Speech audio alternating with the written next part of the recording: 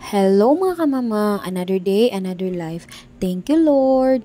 So for today's video, pumunta po kami ng palengke po kasama ng aking anak na si Ate Ruth kasi po gusto po niyang maranasan po mamalingke. Sabi ko nga sa kanya na magmamadali lang po ako anak kasi doon lang po ako sa merkado or sa market. Dito lang po lapit sa amin, isang ride lang po. Tapos sabi niya, Mama, gusto ko pong sumama, mag-careful lang po ako. Okay, sige na nga anak, isasama na nga kita para maranasan mo din mamalingke.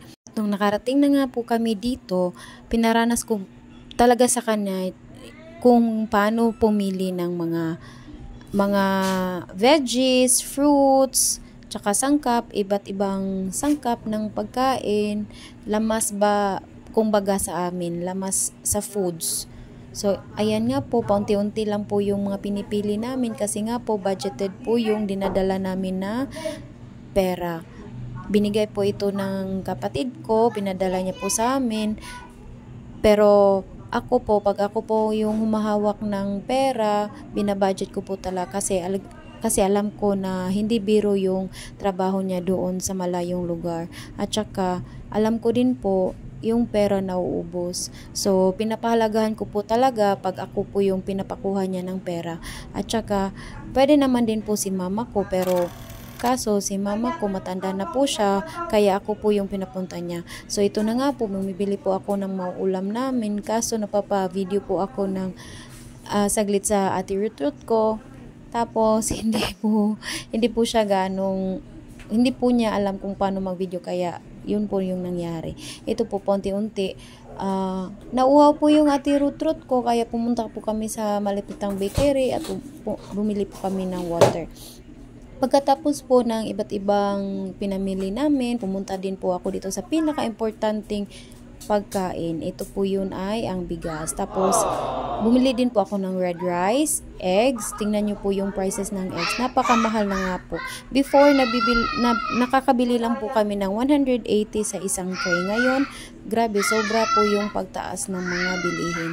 At ayan na nga po, tapos na po akong namili. Nagbabayad na lang po ako. At ito na po, magpapakya po kami ng e-bike papunta sa amin. Kasi po, pag uwi ko, kailangan ko pang magluto ng uulamin namin sa hapunan. At ayan po, almost 6 p.m. na nga po yan. Nagmamandali na po ako. At ito na nga po, andito na po ako sa bahay. Dali-dali po akong pumunta dito sa kusina at ayusin ko na po itong mga pinamili ko. Sinusuotan ko po talaga ng apron kasi madali po akong mabasa dito pag naghuhugas ng kahit kung ano-ano. Ayan po, nakapag-decide po ako na instead na bumili po ng lechon manok, bumili po ako ng chicken liver kasi po masustansya naman po yun at madali lang pong lutuin. Piniprepare ko po yung mga ingredients, hinugasan ko po lahat ng piraso ng liver at saka tinatanggalan ko po ng mga taba-taba sa gitna at yung parang pinakapuso niya, hinihiwa ko sa gitna at kinukuha ko yung parang may nagkaklat na dugo. Pero depende naman po yun kung kakainin dito sa bahay or hindi, basta niluto ko din po siya. Ang nilagay ko lang po dito is ahos, bombay, luya, at saka siling haba para may anghang naman siyang konti. Matagal na din po akong hindi nakapagluto ng chicken liver. Masarap po ito pag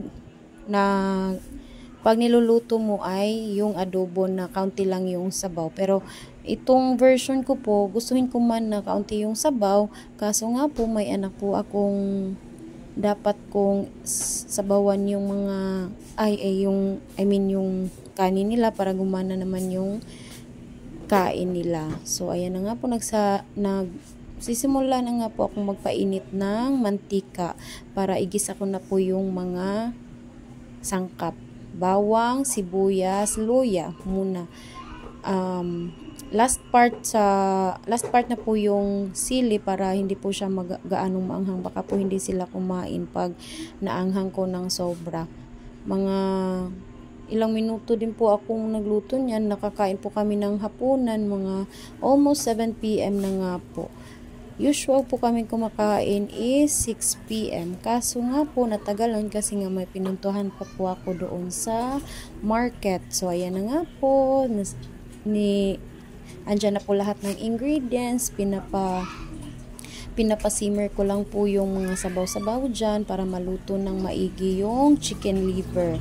Hindi nga po ako naglagay dyan ng asin, balipatis lang nga lang po kasi gusto ko po yung medyo darker color po ng liver.